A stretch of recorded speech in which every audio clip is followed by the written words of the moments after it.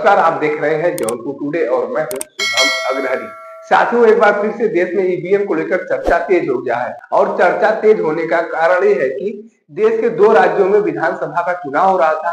पहला राज्य था जम्मू कश्मीर और दूसरा राज्य था हरियाणा। जब जम्मू कश्मीर की बात किया जाए तो जम्मू कश्मीर में नेशनल कॉन्फ्रेंस और कांग्रेस पार्टी के गठबंधन का सरकार बनने जा रहा है। तो अगर हरियाणा की बात किया जाए तो हरियाणा में भारतीय जनता पार्टी ने सत्ता विरोधी लहर के बावजूद भी हैट्रिक मारा है और हैट्रिक लगाते हुए लगातार तीसरी बार सरकार भारतीय जनता पार्टी की बनने जा रही है। और इसी के साथ अब शुरू हो चुका है ईवीएम का रोना।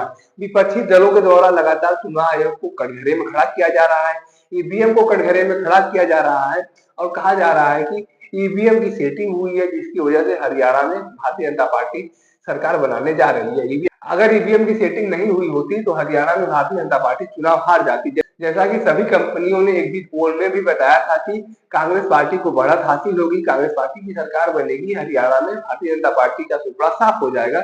लेकिन जब नतीजा सामने आया तो एग्जिट पोल का उल्टा हो गया, कांग्रेस पार्टी का सुपड़ा साफ हो गया और भारतीय जनता पार्टी ने अपनी सरकार बनाने में सफलता हासिल की। और इसी के साथ विपक्षी दलों के द्वारा ईवीएम को लेकर सवाल खड़े किए जाने लगे कि ईवीएम के साथ कोई छेड़छाड़ किया गया है, जिसकी वजह से इस तरह के नतीजे आए हैं। और कांग्रेस नेता राहुल गांधी जी ने भी अपने ट्विटर पर लिखा कि हम जल्द ही चुनाव आयोग के पास ईवीएम की शिकायत को लेकर जाएंगे, क्योंकि तमाम कांग्रेस पार्टी के उम्मीदवार इस बात की शिकायत कर रहे हैं कि ईवीएम में कोई छेड़खानी की गई थी।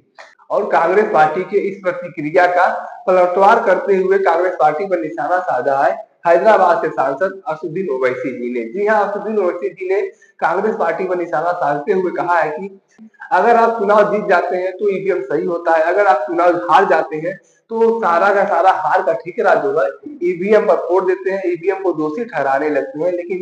लेकिन आप लोग तब ईवीएम को दोषी नहीं ठहराते हैं जब आपकी जीत होती है। जम्मू कश्मीर में आप लोग ईवीएम पर कोई सवाल नहीं खड़ा कर रहे हैं, वहां से किसी उम्मीदवार की प्रतिक्रिया नहीं आ रही कि ईवीएम खराब था। लेकिन हरियाणा में आपकी करारी हार हुई है और वहां से आप बता रहे हैं कि उम्मीदवारों ने शिकायत किया है कि ईवीएम से छेड़खानी किया गया था।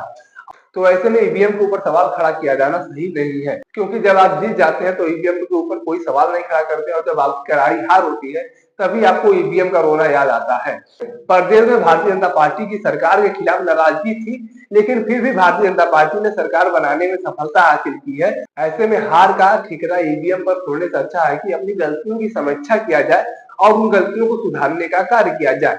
तो वहीं कांग्रेस पार्टी के वरिष्ठ नेता जयराम रमेश ने भी ईवीएम को लेकर सवाल खड़ा किया और उन्होंने कहा कि हरियाणा के तमाम कांग्रेस पार्टी के उम्मीदवारों के द्वारा शिकायत की गई है कि जो ईवीएम 99% चार्ज था वहां पर कांग्रेस हार गई है और जो ईवीएम 60-70% चार्ज था वहां पर कांग्रेस पार्टी जीत हासिल की है। तो ऐसे में कहीं न कहीं यह माना जा सकता है कि ईवीएम के साथ किसी प्रकार का छेड़छाड़ किया गया था। इसकी शिकायत को लेकर हम जल्द ही चुनाव आयोग के पास जाएंगे और इस पर कार्रवाई करने की मांग करेंगे।